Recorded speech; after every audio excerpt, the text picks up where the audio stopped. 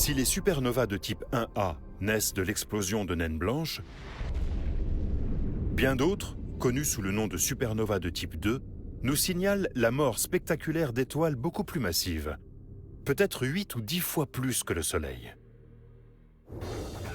Contrairement à leurs cousines plus petites, quand les étoiles massives ont épuisé leurs réserves d'hydrogène, elles sont en mesure de brûler d'autres éléments. Les cendres de chaque cycle de fusion nucléaire deviennent le combustible du suivant. À la fin de sa vie, une étoile massive ressemble à la coupe transversale d'un oignon. La couche externe, faite d'hydrogène, le combustible d'origine, encercle d'autres couches d'éléments de plus en plus lourds. Pendant toute sa vie, elle fusionne l'hydrogène en hélium, puis l'hélium en carbone et en oxygène, puis l'oxygène en néon et en magnésium, puis en silicium, puis en soufre.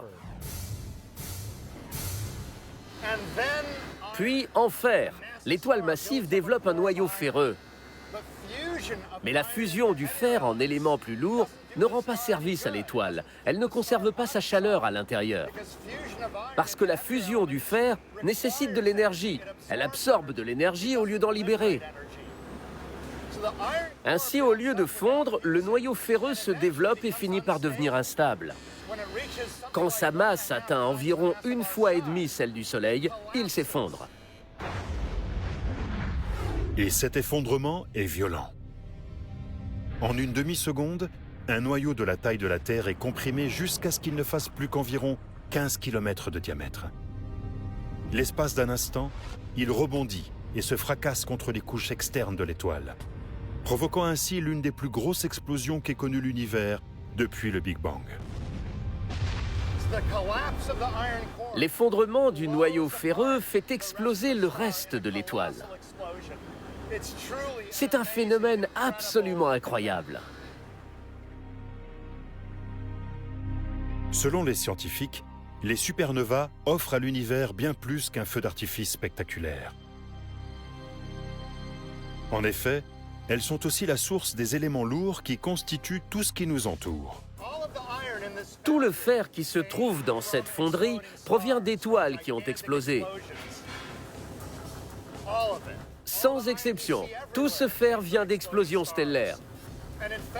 D'ailleurs, tous les éléments plus lourds que le fer sont issus directement ou indirectement de ces déflagrations.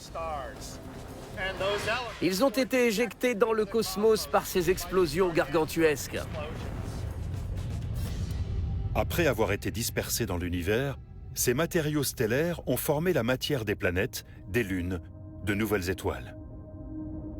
Et même de quelque chose d'encore plus extraordinaire.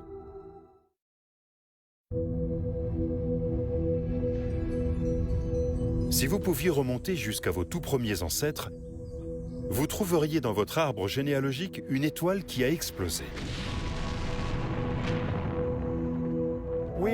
Nous sommes faits de matière stellaire ou de poussière d'étoiles, comme disait Carl Sagan. Les éléments qui constituent votre corps et qui sont plus lourds que l'hydrogène et que l'hélium viennent d'étoiles mortes depuis longtemps.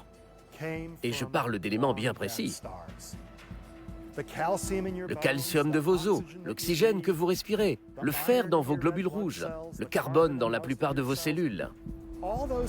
Toutes ces choses ont été créées par des réactions nucléaires d'étoiles avant d'être éjectées par des supernovas. Et le fer et les autres éléments plus lourds ont été produits par les explosions elles-mêmes, par les supernovas.